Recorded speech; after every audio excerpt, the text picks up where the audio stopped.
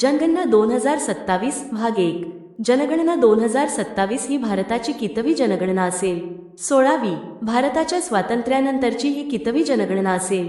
8वी. भारतातील पहिली जनगणना कोणत्या साली घेण्यात आली होती? 1872. भारतात किती वर्षांनी नियमित जनगणना केली जाते? 10 वर्षांनी.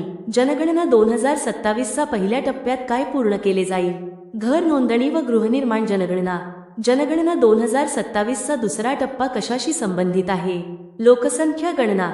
जनगणना 2027 चा दुसरा टप्पा कधी पार पडेल?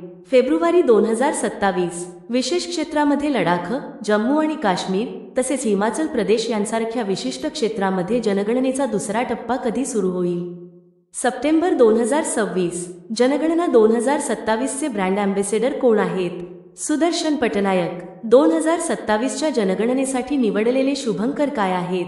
प्रगती आणि विकास. 2027 च्या जनगणनेसाठी एकूण किती अर्थसंकल्प बजेट मंजूर करण्यात आला आहे?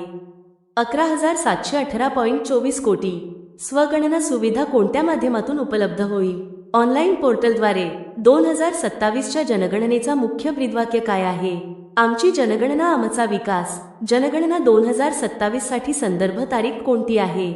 1 मार्च 2027.